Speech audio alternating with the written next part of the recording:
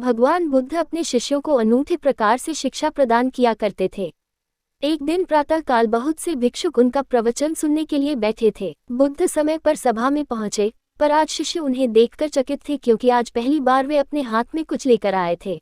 निकट आने पर शिष्यों ने देखा कि उनके हाथ में एक रस्सी थी। बुद्ध ने आसन ग्रहण किया और बिना किसी से कुछ कहे वे रस्सी में गांठें लगाने लगे। वहां उपस्थित सभी लोग ये देख सोच रहे थे कि अब बुद्ध आगे क्या करेंगे। तभी बुद्ध ने सभी से एक प्रश्न किया, मैंने इस रस्सी में 3 गांठें लगा दी हैं। अब मैं आपसे ये जानना चाहता हूँ कि क्या ये वही रस्सी है जो गांठें लगाने से पूर्व थी। एक शिष्य ने उत्तर दिया, गुरुजी, इसका उत्तर देना थोड़ा कठिन है। ये वास्तव में हमारे देखने के तरीके पर निर्भर है। एक दृष्टिकोण से देखें तो रस्सी वही है, इसमें कोई बदलाव नहीं आया है। दूसरी तरह से देखें तो अब इसमें 3 गांठें लगी हुई है जो पहले नहीं थी, अतः इसे बदला हुआ कह सकते हैं। किंतु ये बात भी ध्यान देने वाली है कि बाहर से देखने में भले ही ये बदली हुई प्रतीत हो, पर अंदर से तो ये वही है जो पहले थी। इसका बुनियादी स्वरूप अपरिवर्तित है, सत्य है। बुद्ध ने कहा, अब मैं इन गांठों को खोल देता हूँ। ये कहकर बुद्ध रस्सी के दोनों सिरों को एक दूसरे से दूर खींचने लगे। उन्होंने पूछा, तुम्हें क्या लगता है, इस प्रकार इन्हें खींचने से क्या मैं इन गांठों को खोल सकता हूँ? नहीं नहीं,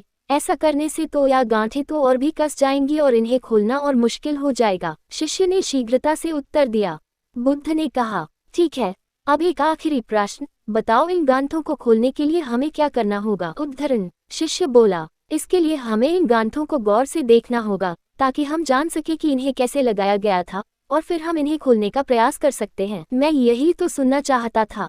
मूल प्रश्न यही है कि जिस समस्या में तुम फंसे हो, वास्तव में उसका कारण क्या है? बिना कारण जाने निवारण असंभव है। मैं देखता हूँ कि अधिकतर लोग बिना कारण जाने ही निवारण करना चाहते हैं। कोई मुझसे ये नहीं पूछता कि मुझे क्रोध क्यों आता है। लोग पूछते हैं कि मैं अपने क्रोध का अंत कैसे करूँ।